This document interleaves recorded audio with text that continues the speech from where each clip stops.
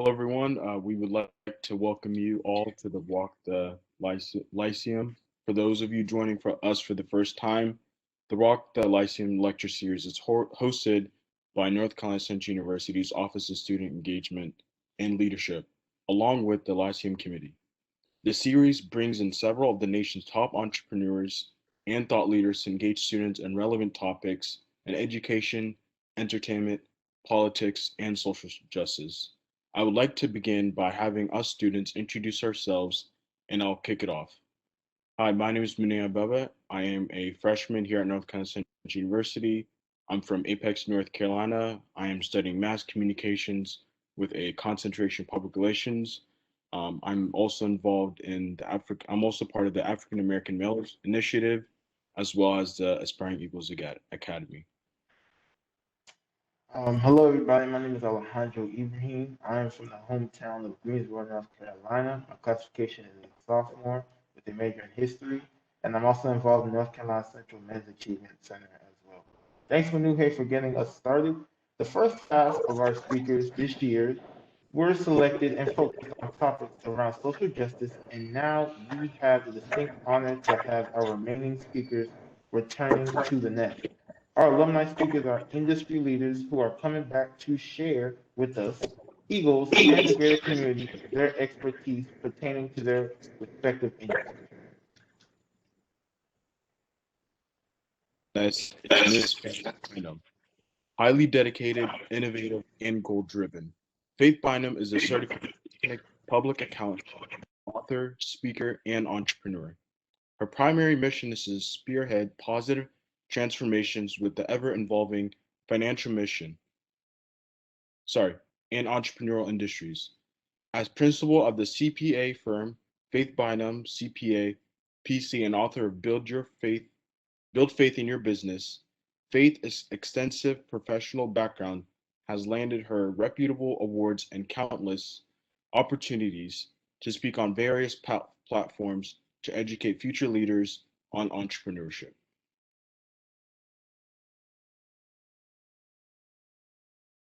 Ms. Bynum, welcome. Thank you for being here. We appreciate you being in this room. We appreciate you giving us your knowledge. It's an honor for you to be here. Thank you very much, man. Thank you. Thank you so much for having me. It's always a pleasure to come back to NCCU, and I've been looking forward to joining you all on this evening and just sharing, reminiscing a little bit about my time at NCCU and more importantly, bringing you all through my journey, my entrepreneurship journey, and more so, the things that I've learned and the things that I have seen and experienced to be able to present it to you. So that you may be able to learn and take it in your walk, right? Because we all have one. Um, so if you all are ready, I'll jump right in with the PowerPoint. Yes, ma'am. Take it away. Thank you. So again, thank you all. And the title of our session on this evening is Turn Your Passion into a Business. And again, as I aforementioned, it's really bringing some nuggets to you all. This past year in COVID, it has been crazy for everybody. And I think everybody has just been trying to maneuver and trying to figure out what their next steps. But what we have seen, I am a certified public accountant, and in our CPA firm, we have seen more and more young teenagers to young adults and college students start businesses, right? In COVID, there was a different type of time that you all had. And so with that, it's been more vital and important now than ever to be able to walk into business and entrepreneurship with knowledge, with as much wisdom as possible. And that is one of the purposes of turning your passion into a business. And I want to leave you with a couple of nuggets that will help you along that journey. Next slide, please. All right, so I am showing my age a little bit. Right here, you see my ID that was issued to me back in 1998. Now, I'm unsure of what some of you were doing or if some of you all even existed. However, that is my ID. I was 18 years old, so you see the front, and then on the bottom, you see like they were called validation stickers. And every semester, we had to go and get our cards validated if we were quote unquote financial. So I thought that it would be kind of cool to show you all that. And if you see, the validation stickers I still have are from fall 2002, fall 2000, as well as spring '03. But this isn't just a picture to reminisce or show my age. When I was 18, 19, 20, the age that some of y'all are at this moment, I wanted to share with you all the things that I would tell my 18-year-old self. A lot of who I am today at 40 is still a lot of the person that I was at that age. And before getting into the presentation, just in case things, gets thrown off through questions or whatever, I want to start off by telling you and encouraging you to always understand that to thine own self be true because you are enough. That is very important in your walk. And it's not too early for you to understand that this is something as you continue in your life's journey to hold on to is very important for you to believe in, because having a business right now at 40, being a wife, having a child, some of you or many of you will have the same things. And so in that, you want to make sure that no matter what decisions that you come across, no matter what obstacles that you face, that you're true to yourself and never, ever, ever forget that you are enough. Next slide, please. So in our discussion on today, we are going to talk about a few areas. The first one is define your passion or define passion, and then define business. Those two are very important. We got to get those definitions out, right? So then once you define those, then we can get into how do you turn your passion into a business. And in our area of accounting, we call that reconciliation, right? So we'll talk a little bit about that. And then we're going to get into you all understanding, especially if business is something that you all want to pursue. Let's talk about how you're already a CEO. Then we'll get into understanding your why. You need to know why you're in business because money is not enough. Get off the friends and family plan. I will explain that to you as well. And then last but not least, entrepreneurship is not for everyone. We're going to talk about some of the signs that it may not be for you. And then we'll end it with questions, okay? All right, I'm done with the slides. So in order for us to really dive into this session about passion in business, we first need to define it, all right? Passion is that thing that you do for free, right? Something that you love to do. So some people, they like to cook, right? They'll bake, they'll cook, they're really, really good at it. They love to see the smile on people's faces. Some people are good at in education and teaching. So they love to know that they have helped someone, right? They're passionate about it. It's no harm, no foul. They're willing to give it at any point in time if someone needs it, right? But then there's business. right? We all have heard what business is. Business is basically a product or service offering for a fee. So it's not necessarily that thing you would do for free. I don't know, maybe you would, but once you get into business, no, you want to make money because you have a living. You have rent to pay, you have mortgage to pay, you have a car payment to pay.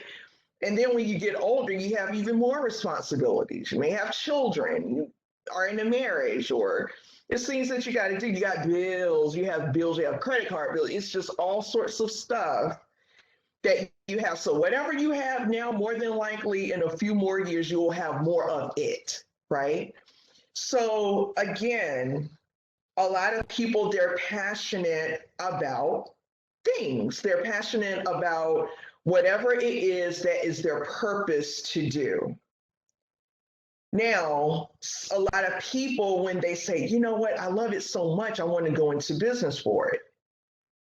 Well, this is where we have to start having the conversations and really understanding what that means, right? Because sometimes what you do as a passion, you can do it at your own time. What you do as a passion, you can do it how you want to in some ways, when you want to, right? So it's those things. And not that you can't do it like that in a business, but oftentimes once you put your name on something, right? The name of my business is Faith Bynum CPA PC. Once I went from Faith hustling taxes on the side to Faith Bynum CPA PC, oh, that holds a different type of weight. All right. So we're going to understand what that weight is. And by the end of all of this, hopefully, it's nuggets for you to be able to take to identify if entrepreneurship is for you. Now, right now, I had expressed to you all that you are already a chief executive officer. You are a CEO. And that's important to understand that in your life. Before there was a Faith Bynum CPA PC, I already felt like I was Faith Bynum Incorporated because I knew, and when I was younger, I really did not understand at the time exactly what I was going to do. But there were a few things that I already noticed about myself. I noticed that I was pretty cool with people. It wasn't hard for me to be able to spark conversations. Now, in my personal life, in many ways, I am actually kind of shy. But in certain other settings that, hey, if I met a stranger off the street, I think I'll be all right. And we could talk and we could find some common ground because at the end of the day, we're human. We're still human beings. No matter if you're from Timbuktu and I'm from Alaska, I understood the value in people, and that was early.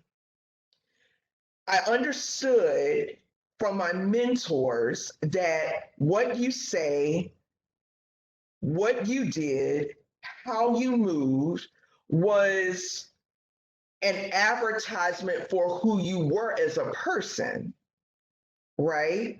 So govern yourselves accordingly. That's very important.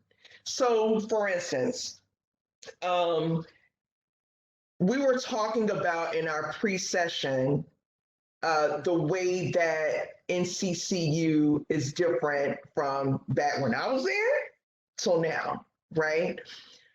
The more things change, the more things stay the same. I think and so we're talking about, hey, y'all still have 1040 because we had 1040 break.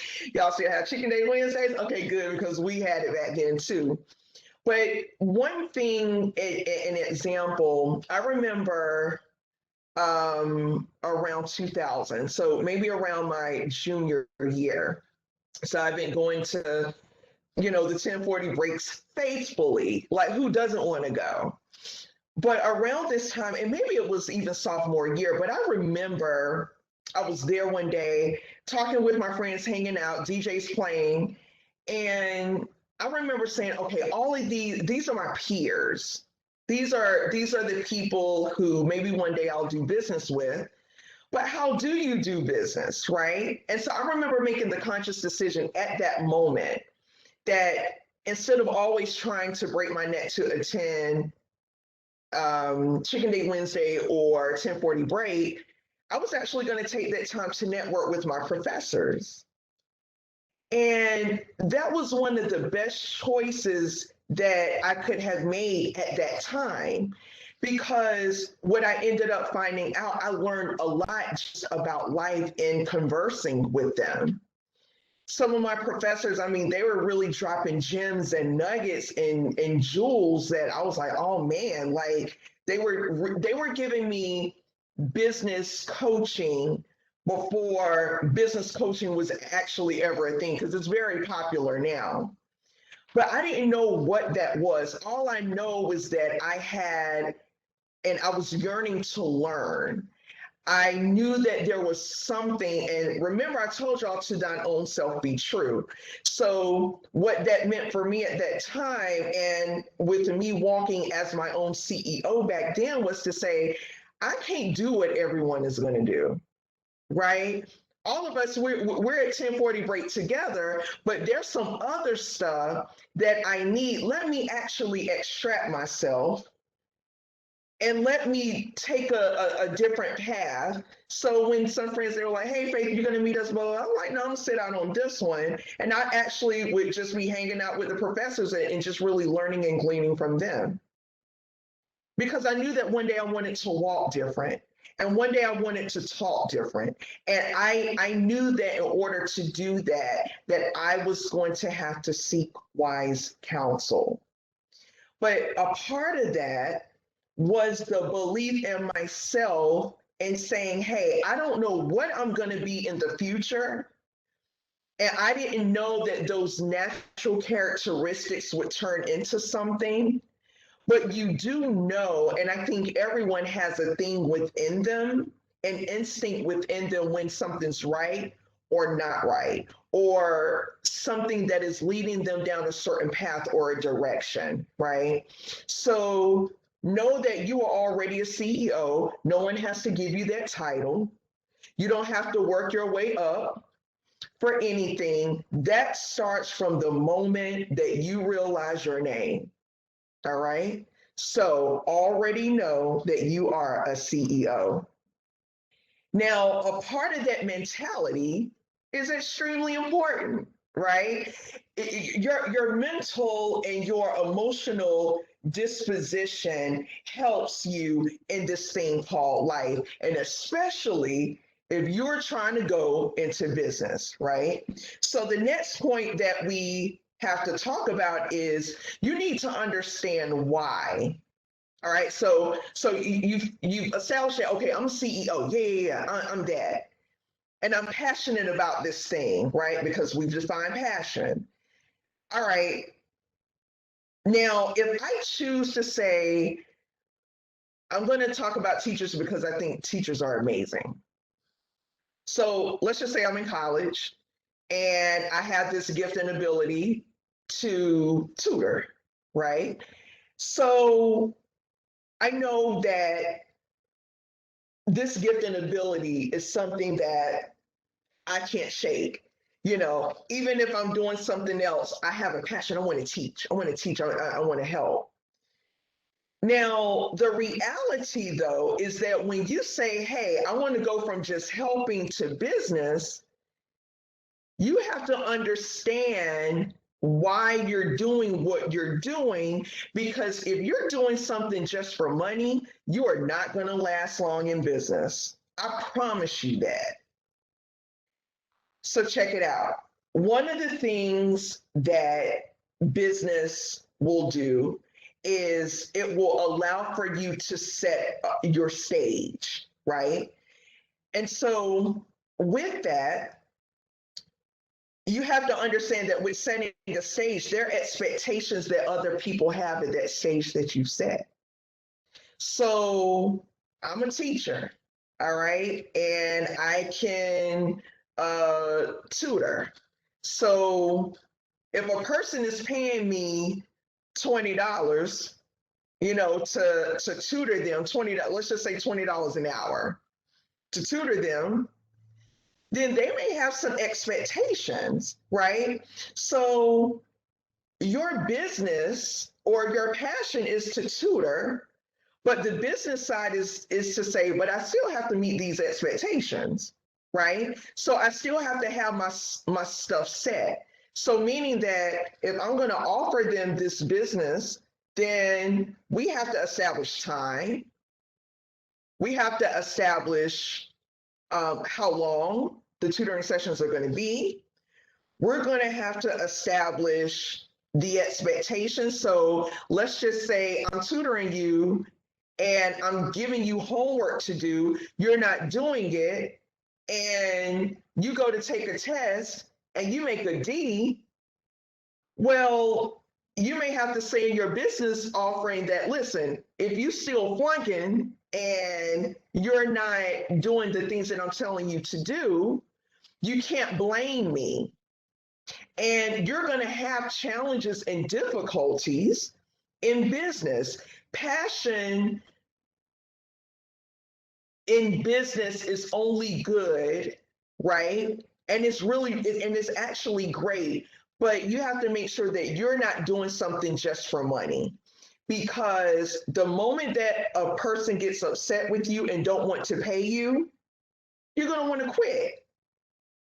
You're going to want to quit. You're not going to necessarily want to go back to your business plan or go back to your contracts and renegotiate what needs to go in there.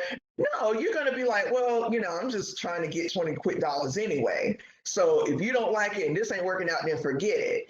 But in business, guess what? That's going to happen. And you cannot just throw in the towel when it becomes difficult.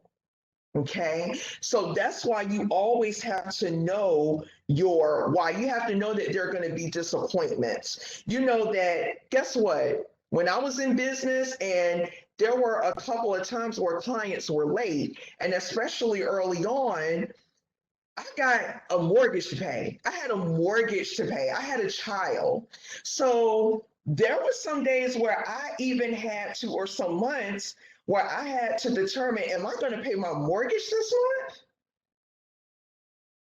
Or am I going to have to pay my employee? And those are real decisions when you're kind of sitting there, you scratching your head, and you have to determine if you're going to eat Ruth Chris, or if you're going to eat some noodles, because it becomes real. It becomes real. Sometimes you feel like you're in college all over again when it comes to business, right? Because you have those real moments, but what you can't do is fold. You cannot fold. Business is not for the faint at heart. And so your passion, you always have to understand why you're doing what you're doing, because if it's just for the money, that is not enough to sustain your business. All right, so I said that we were going to talk about getting off the friends and family plan. What is the friends and family plan? Well, I'm here to tell you what it is.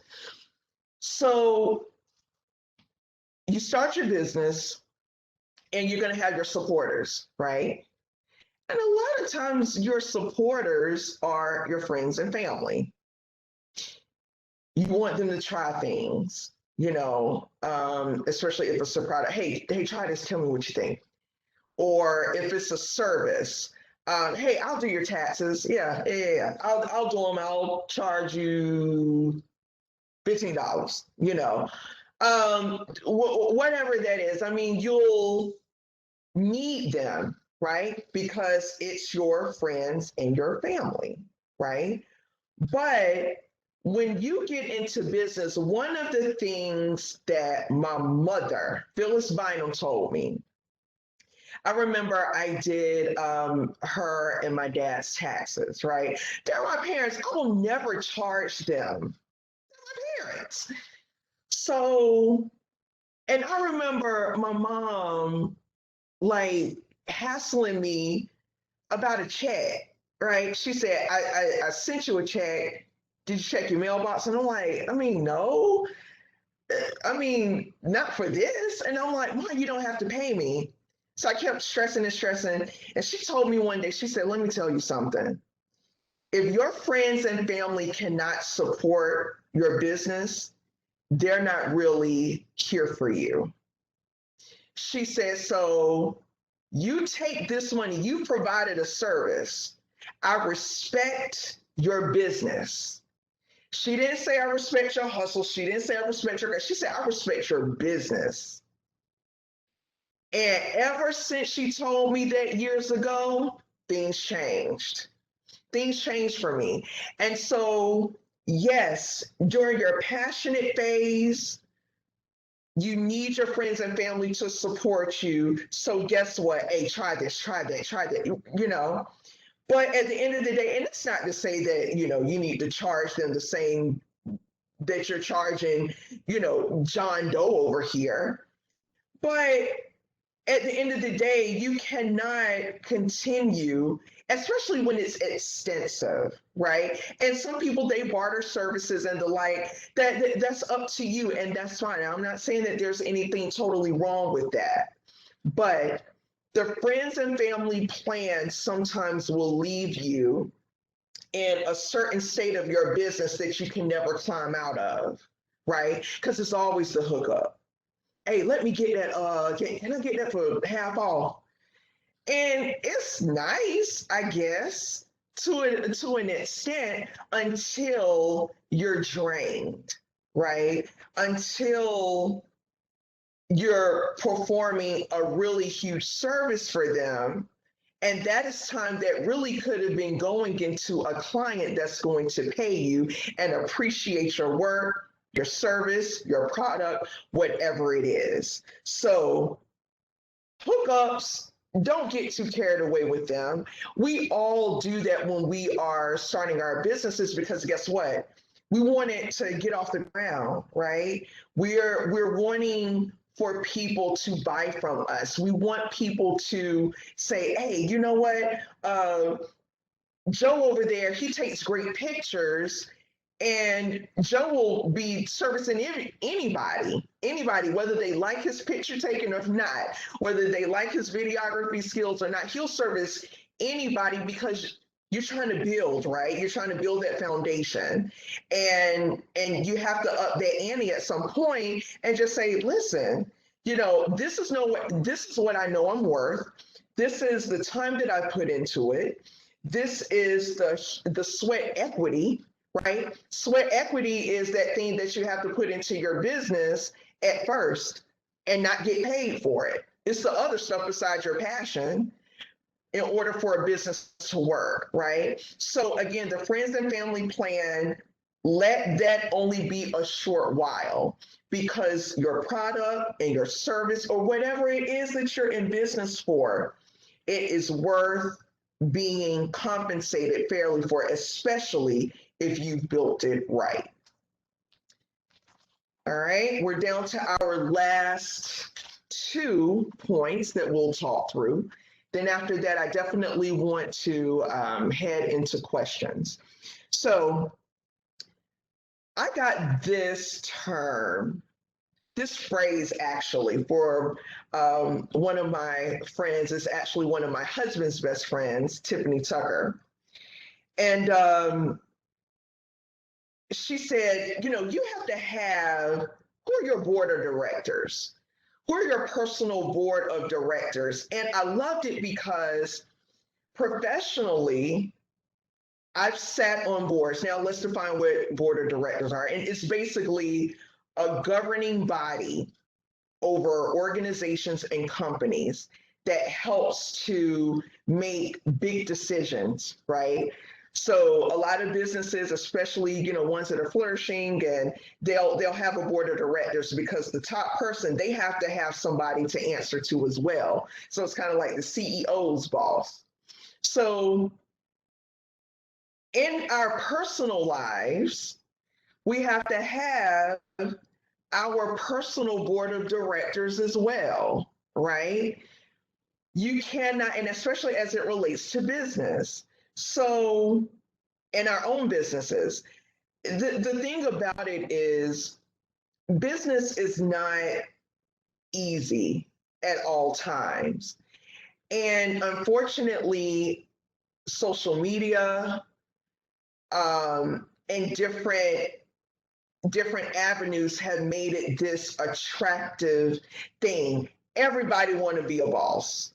Now you're your own CEO, but being the boss of a brand outside of yourself, and don't get to building a company with employees and contractors, that's a whole nother thing, right?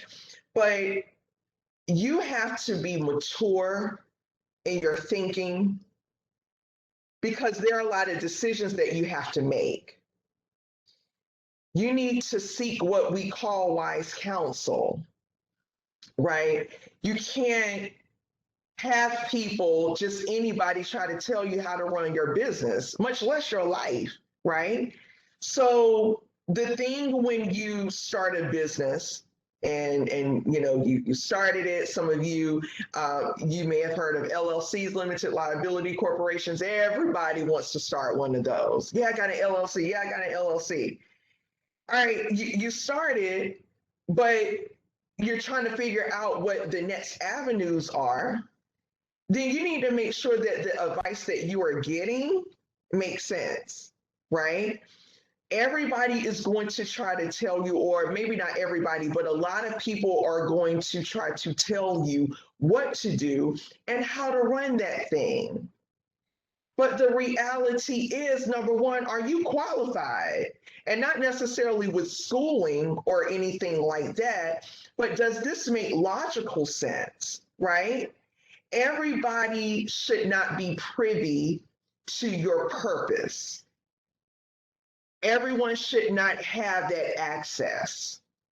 You get to choose who has access. So your intellectual property and your ideas that you want to turn into a business, that's really important. So you need to guard it. So you build and strategically choose who you want as a part of your board of directors. It doesn't have to be official, but it's just to say, you know what? I know that I can go to Jamie for straight up advice. I can go to JR for just general advice, but he'll sugarcoat it a little bit. I can go to Mama. Mama will take, so you're picking people, right? And it's not necessarily even people that you're the best of friends with, or that you have known for years and years on end, right? It's not necessarily that, but your board of directors, it can be a person that you talk to once a year. It can be a person that you check in with maybe twice a year. You don't have to talk to them every day, because some of the people that you talk to every day, truth be told, they ain't got it all together, right? But they may be your friends, for whatever reasons. But when it comes to business, you may actually get an idea from a stranger that you never would have thought existed. And you're like, oh shoot, this is a nugget that I needed, right? So overall, you have to understand your board of directors. Pick and choose people wisely to be in your personal life, definitely to be in your business life. You got to have that, because you're going to be faced with a lot of stuff that more than likely you did not know and or understand before. And last but not least, and then there are a few other just ancillary nuggets that we'll probably get into as well, but I'll pause after this and see if there are any questions. But the reality is that entrepreneurship is not going to be for everyone, right? It's a thing, and it's something we've talked about the commitment a little bit. We talked about understanding your why, and we've graced the presence of those components. But at the end of the day, it's okay not to get caught up in the hype of business. And I tell you why. Your business is a child that you birth. So I don't know if any of you have brothers and sisters or nieces and nephews or what have you, or some of you have children of your own. And so if you know about children, there are a couple of things that's going to happen. When a child is first born, it's going to cry. And it's going to get you up in the middle of the night. And you have to feed it. You have to change it. That's just what it is, right?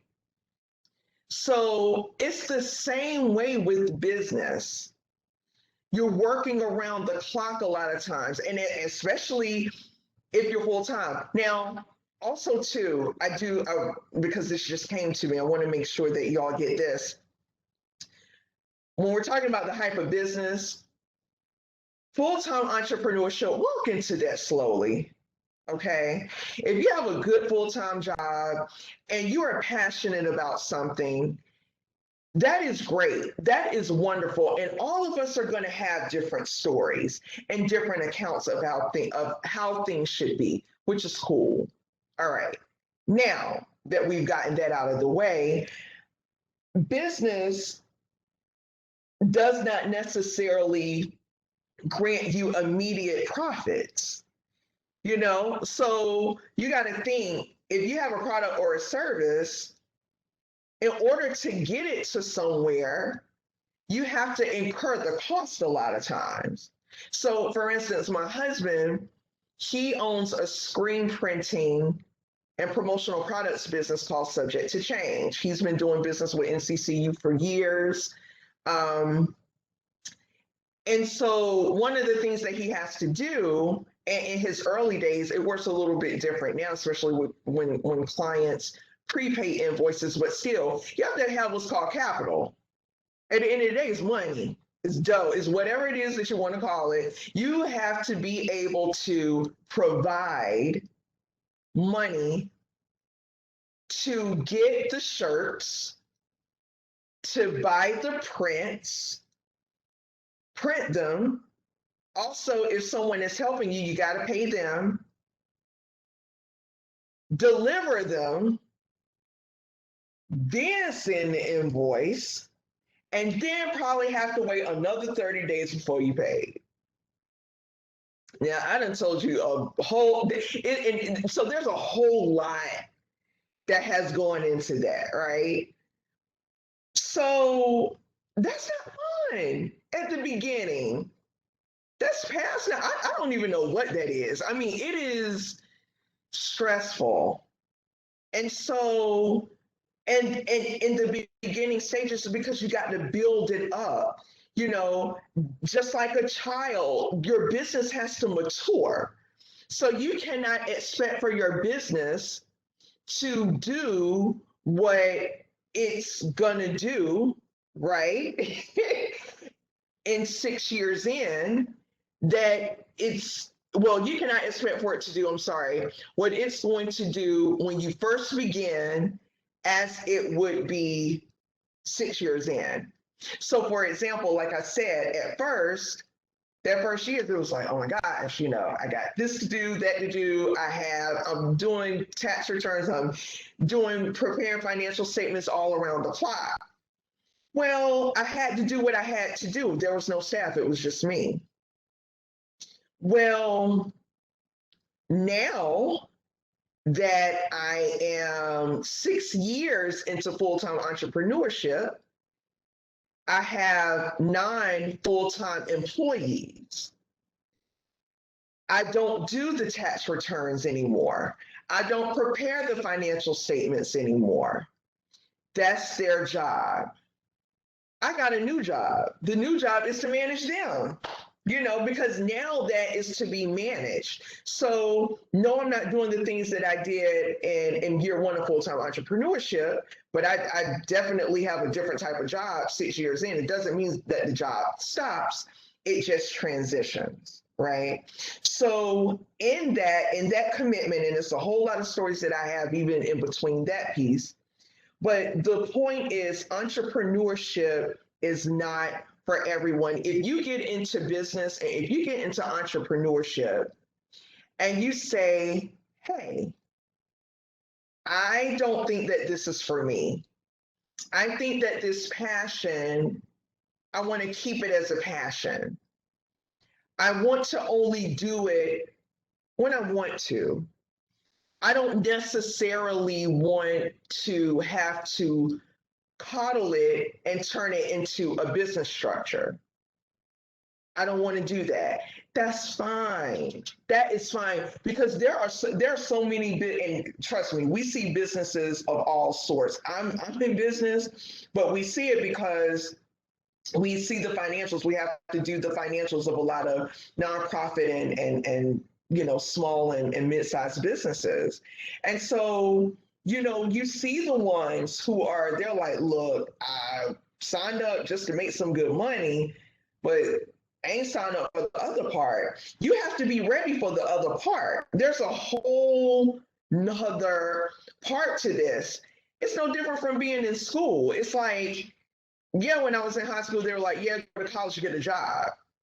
I don't know what the narrative really is as far as that is anymore. I think that the landscape has, I think, provided a lot more expansion. I feel like that there's a lot more choices in what it is that you do. But at least back then, it was like, you need to go to school and you need to get that good job.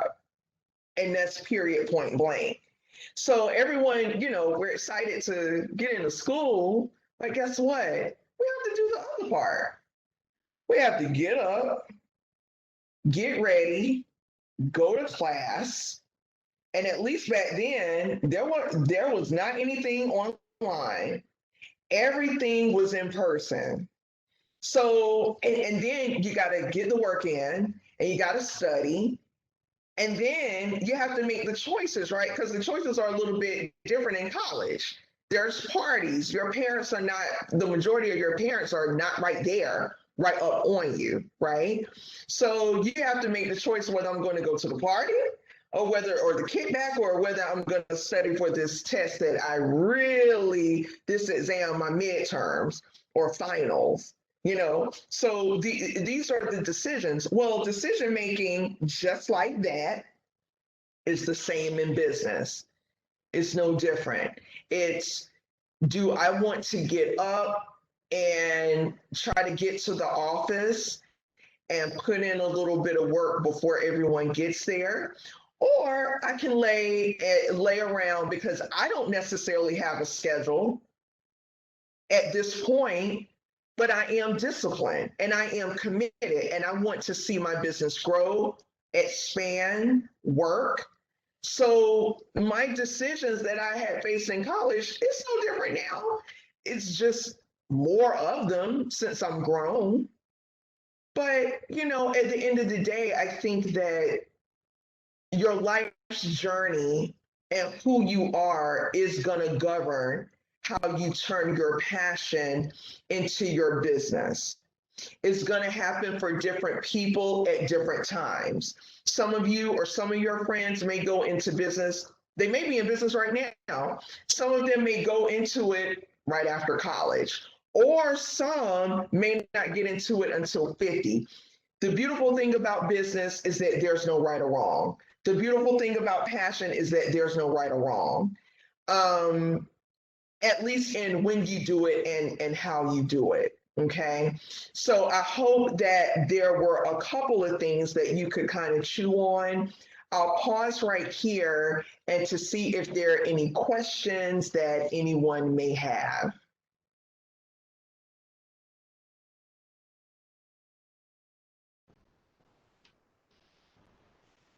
No questions, ma'am. We'll ask probably a couple at the end of the presentation, but so far everything is pretty good. Okay.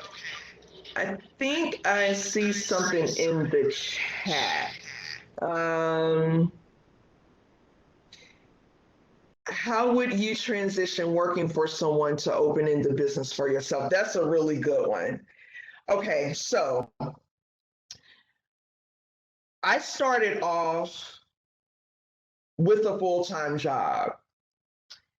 That is one of the best things that I think that people should do.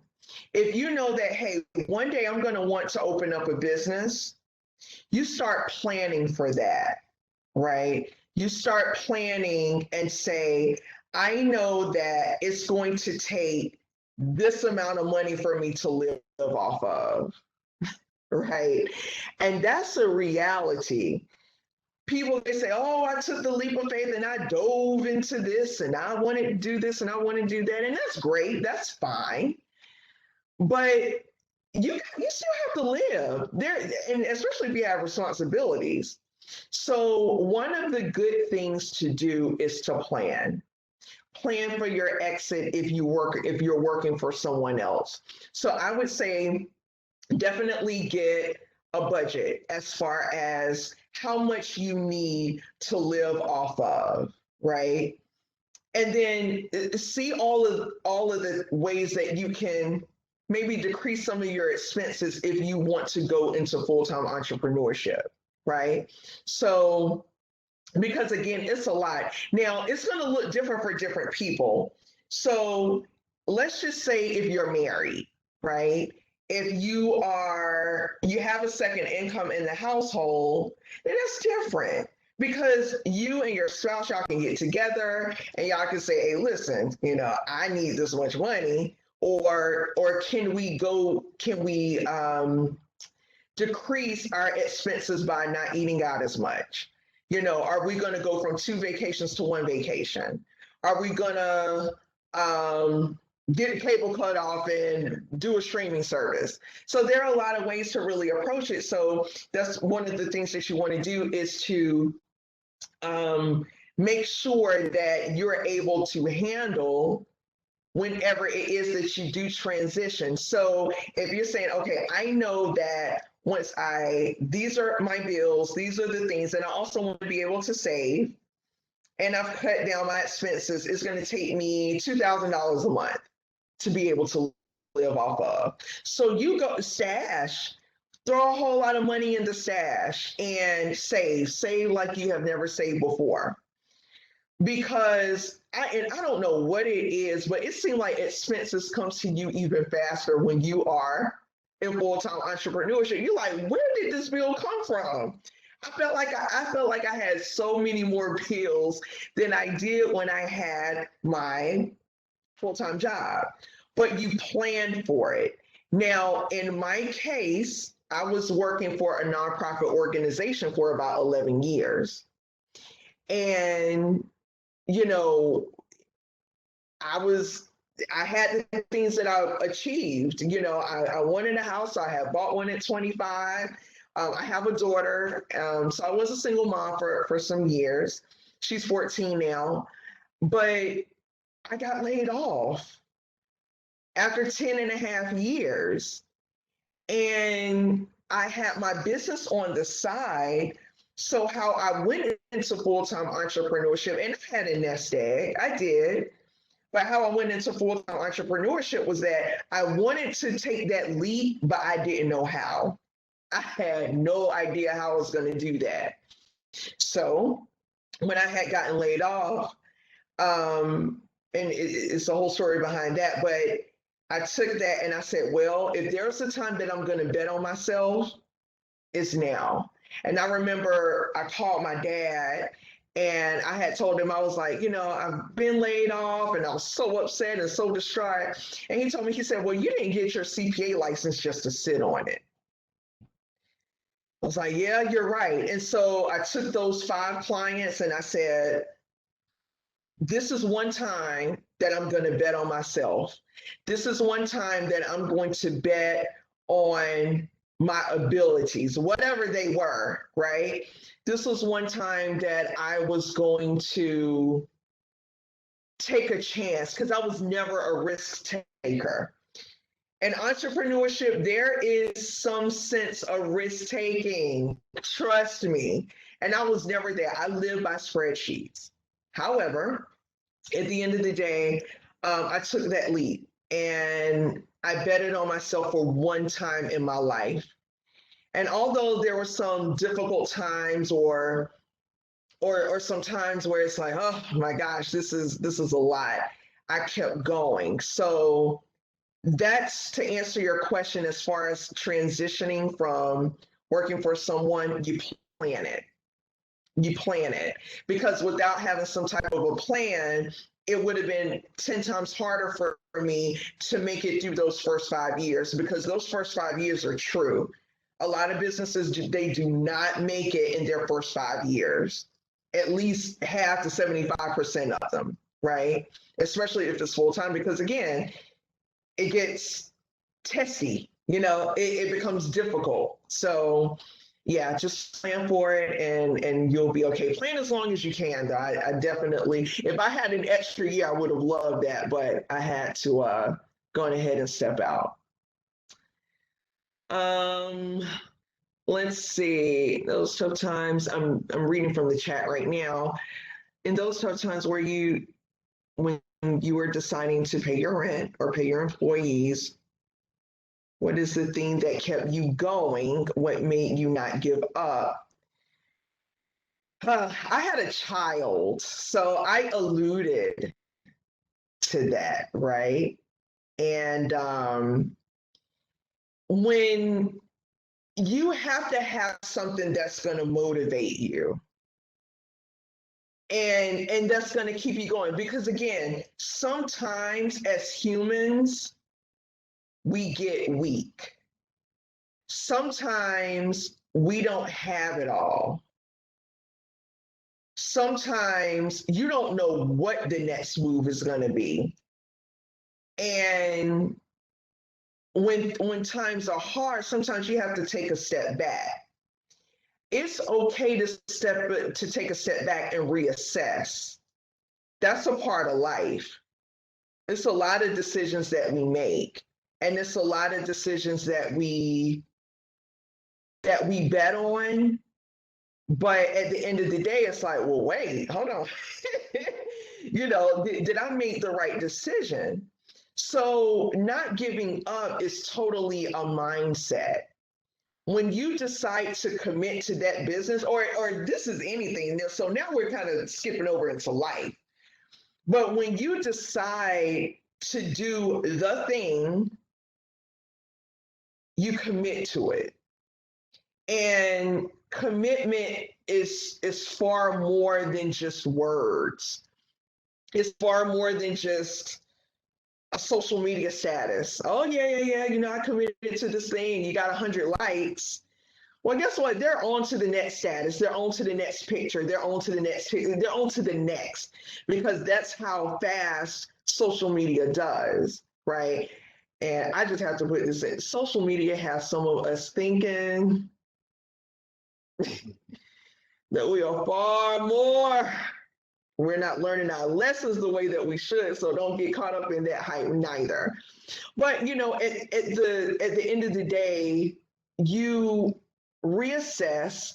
And when I had to figure out whether I was going to pay that rent, and yes, I had to get on the phone with my mortgage.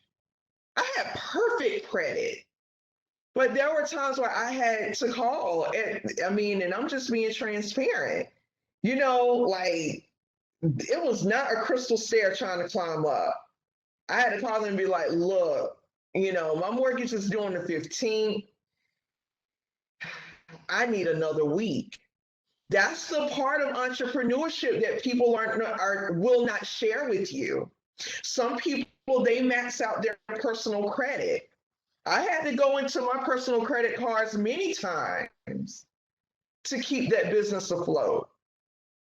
And so, yes, there's a payoff. The payoff is there.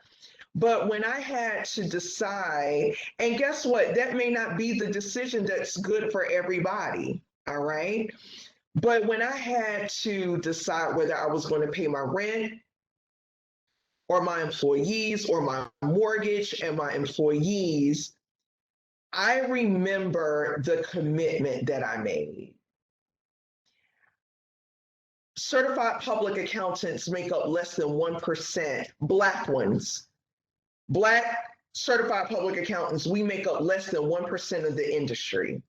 I committed to business and I wanted to run a successful business, not just a Black business. I wanted a solid business and I was serious about that. And I did not mess around. And so knowing that, I said, I'm going to go hard or I'm going to go home. I will, and it doesn't mean that you should exhaust everything. This is my story. This may not be everybody else's story. But sometimes the blessings and the windfall that you've been waiting for comes just in the nick of time. Just in that moment where you're pulling up. I don't know, some of you have done pull-ups, but when your arms start shaking and you're like, oh my gosh, I'm about to fall. Well, you get this a piece of strength that comes right in the nick of time. So it's the same thing. It's the commitment. It was the seriousness. And it was knowing that at some point I was like, this has to work. This has to work. This right here, this has to work. And I think that there's a certain point that you get to that's like, no, this must work. So it's the commitment. Let's see. In the chat, also started my business as a part-time endeavor and continue to do. At what point did you realize you needed to go full-time with your business? Oh my gosh. So this is what happened to me.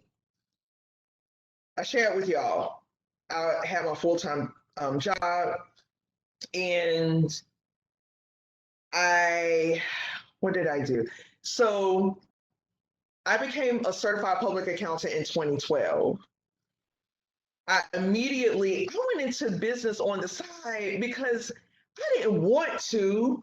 It was this man named Akiba Bird. I had met him. I was really politically involved with the Young Democrats about 10 years ago. And so I met a gentleman. He ran the North Carolina.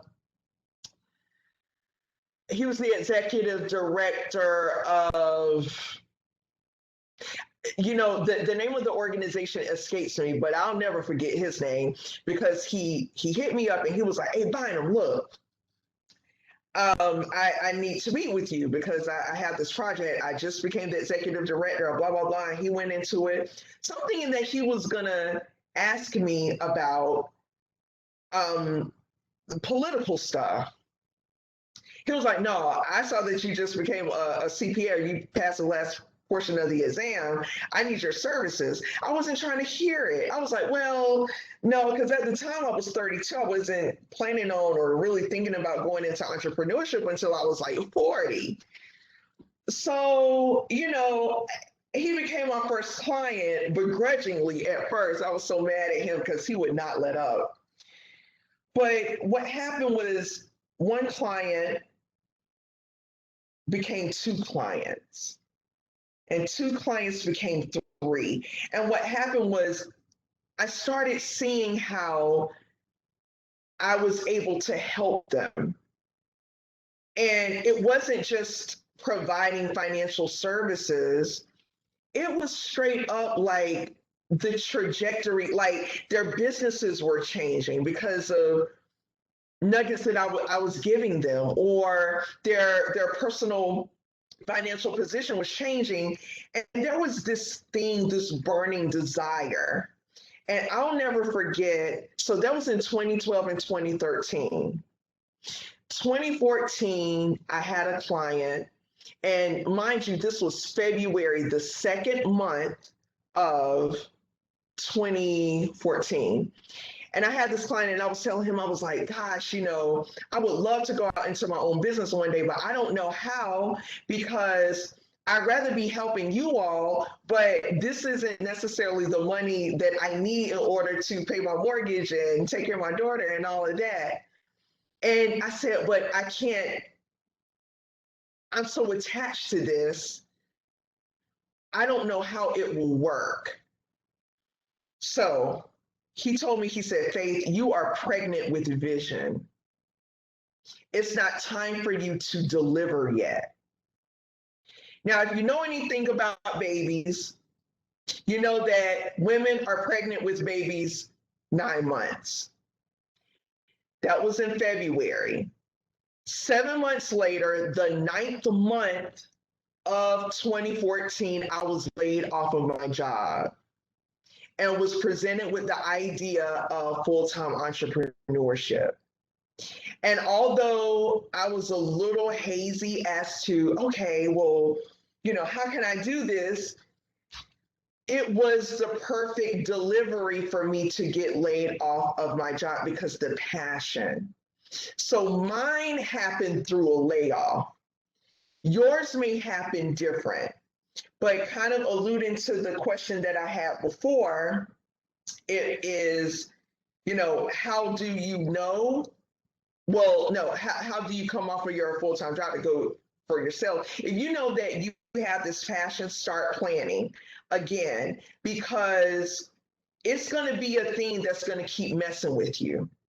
It's going to always tap you on the shoulder. And you know how it feels when, you have like a fly that's, past your ear and you're trying to shoo it away and it just keeps coming back. It's the same thing with purpose and the next thing that you need to do with your life, right? So you'll know it'll be a thing that it's like, you know what, it's time for me to do this. And after the layoff, I knew that it was time, because if I waited, I was going to get into another job and become comfortable, and I wasn't going to pursue it until years later. So it's a thing that you'll know. Ma'am, I have a question. Okay. Do you find yourself in difficult situations as an African American entrepreneur? Yes, sir. Yes, sir. Now, all right. So I told you. So let's go back. So there's a lot that comes with being in business, but then there's the Black business. So we all know the stigmas that's going to come with that. We have no customer service. We're ignorant. It seemed like for some reason our education, or we don't know how to prepare financial statements compared to this other white firm. And it's the undertones. Sometimes it's not direct, but it's in the tone, it's the thing. So as a Black business owner, I have had to learn how to rise above. Remember, Michelle Obama, she said, when they go low, because they will, you go high. But it doesn't mean that you get ran over, right? But you make sure that your business is tight, because you're going to get tested in ways that other businesses will not. They're expecting for your processes to be janky. They're expecting for your procedures to be all over the place. And some people feel that they don't even have to pay you. But now we have a process for that. We follow up on our invoices. As a matter of fact, there's a deposit regimen, So when it comes to Black businesses, and what I've experienced, it's been more in undertones. But what that has done is that has inspired me. Like I said, I don't want just good business. My staff and I, we're striving for excellence. So that is something that you make it a part of your business practice to make sure that your stuff is tight and right. There's a question from the comments. What would you tell your younger self when you were on the campus of NCCU? So I alluded to that again, to thy own self be true. Never the when I was at NCCU, now you all, I think, or present day students, because we're all family, um, there's a lot of opportunity. Like the one thing that I wish I actually would have done more of. So remember, I told you all I network with my professors, right? So some days I had to make that choice, if I was going to go to chicken day, if I was going to go to, or if I was going to go.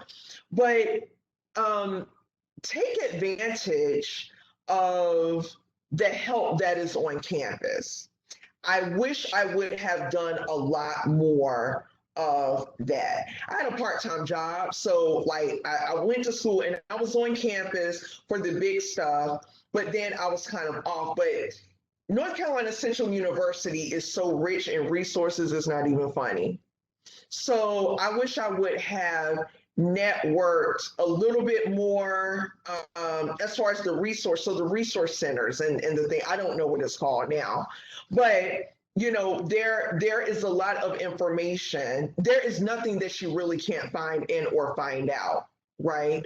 And the resources that North Carolina Central University has now it is amazing. And not saying that we didn't have it as much then, but we did. But I will add this.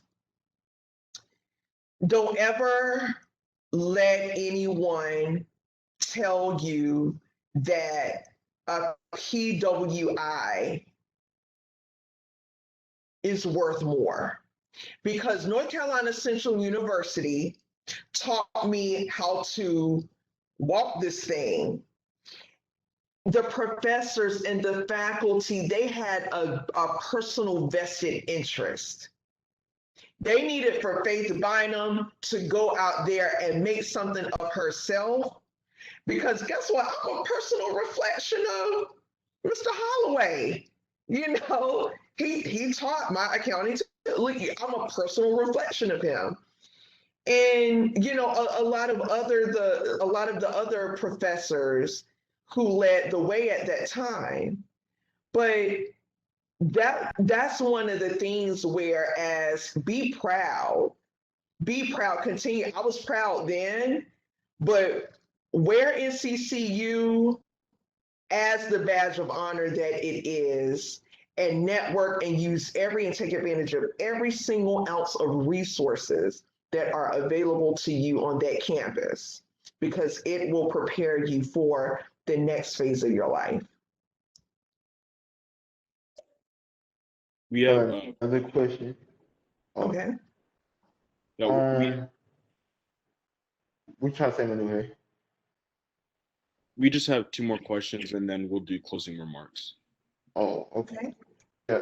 So one question I have is: you're an educator, financial advisor, entrepreneur, and more. Who is your role model? Wow, that is a great question. So I have a couple. So my father was a sole proprietor. He owned a company, it was called Bynum Carpet Services back in the day. And Bobby Bynum is his name. And let me tell you, that man, he was very particular. So I remember, like, growing up, I was more, because my mom, she was a housewife. So he was my role model. I used to love how he would get up. He was very particular. He was one of the best dressers I've ever seen. And so he was very particular about how he presented himself. So he laid carpet, but he would be in like starched, creased khakis to go out and lay some carpet. He made sure that his work sneakers were nice and clean, and he used to take newspaper and shape his hats so his caps, they would fit very precisely. And so he was my first business lesson. That was business school before I went to North Carolina Central University's business school. I saw how he hustled. I saw how he never let up. I saw that. I was blessed to see that. Now, on the other end, now, my dad, he didn't know how to talk to people. My father would curse you out at the drop of a hat, and he didn't care whose feelings it hurt. So, on one end, I understood and I was motivated by how to do business. And then on the other end, I saw how not to do business, right? So that was a great business lesson and great business school. My mother, she was a role model because she was tough in a quiet way. You know, I mean, so my dad, he was the one that'll cuss you out, but then on the other end, my mother, she displayed quiet diligence. You know, everything doesn't deserve a response. And guess what? In life, and especially in business, everything doesn't need to be tested. Somebody's testy to you, you're not necessarily testy back, but you can be firm. You can respond firm, respond controlled. So, and then I saw how they were partners. So, you know, my dad, he owned the business, but my mom, she did the background stuff. So I saw how to, you know, handle business in the background of a business. My other role model, her name is Angela Poole. And Angela is an African American certified public accountant. She's still active into my life till this day. And she was she was my boss for about 6 years, and she was the one that told me, she said, Faith, after this job, you need to go out on your own. You do not need to go into another job because you are a leader. And I was not trying to hear that because I just wanted to work under her. So those are my three role models, from business to personal. Those are my top three. And there are a couple of other ones, but I have to really contribute this to them. And the two questions are, do you have to advertise, or did you get clients through word of mouth? And how can someone overcome marketing or advertising challenges? That is awesome. Let's see. So I did not. All right. Let's start with social media and the power of that, and I'll tell you why. So, of course, and we hear it all the time, but I know that has worked in my business. So I knew that if I talked to people and I showed myself to be the expert, or if not the expert, willing to do the things that others wouldn't do, I could possibly have a competitive edge. For instance, everyone does taxes, okay? There can be a tax person over there. You know, my aunt does taxes, my cousin does, you know, everyone, quote unquote, does taxes, right?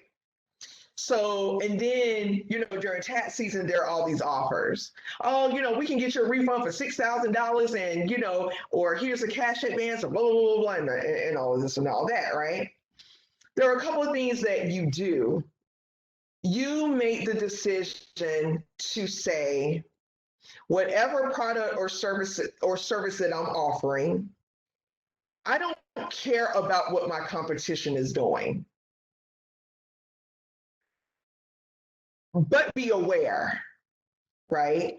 So I knew that if everybody else are just putting out advertisements about how much money that they could get back on their taxes, I'm doing what everybody else is doing. Well, let me do what what fewer people were doing, which was talking and playing into that strength. So I would make videos Here's my phone. I mean, even before there was a tripod, I remember trying to hold it like this. And I'm talking right on into that bad boy, right? And so, but people, even if it was one person, they're like, thank you so much for that information. I actually learned something that others were not willing to teach me. So, number one, again, don't get caught up with what your competition is doing, but be aware of what they're not doing and play into that. Allow for that to be a competitive advantage. Two is it has to look good. So, whatever you're putting out, so if it's graphics, invest in a graphic designer. Yes, we all have to start somewhere. God knows we do. But if your stuff looks like that your little sister or brother that's 5 years old put it together and you're trying to put it out there and thinking that people are going to take you seriously, you've already dug a hole for yourself, right? So make sure that it's clean, your graphics are clean. And make sure, again, that you're willing to do the things that others are not willing to do. It's okay to be different. You know, it's okay to be different. Everyone does not want to travel the journey of finances. Everyone, they want to get rich quick, right? That's not my audience. So again, also, not again, but also understand your audience, right? I was wanting to help everybody until I found out that everybody was not ready to be helped. All right. So you have to understand and learn that and learn what your niche is and stick to it. Now, it doesn't mean that your niche won't expand. You can have a niche and an expansive niche and still not help everybody. So you need to figure that out, and you will. But please know that you have to start somewhere. No, I did not invest in advertising. I mean, other than like social media, like campaign ads or whatever, you may throw $20 on one. But your consistency, as long as you're consistent, concise, and clean, you won't have to invest a whole lot of money because people, they're gonna talk for you. People, word of mouth. My dad told me a long time ago, he said, Faith, please trust me. The word of mouth is the best advertisement, like, because it's trust already. You know, like people, they vet you out on social media and they can have a way of trying to build a virtual relationship because some people know you more than you know them because of what you put out, right? Or at least they think they do. But the word of mouth is the gift that keeps on giving. So make sure that in your business that you stand by your product or you stand by your service, that it's legit, don't cut corners, be honest, because you'll have the social media. When you have social media and word of mouth playing for you, success is right there knocking loud and clear.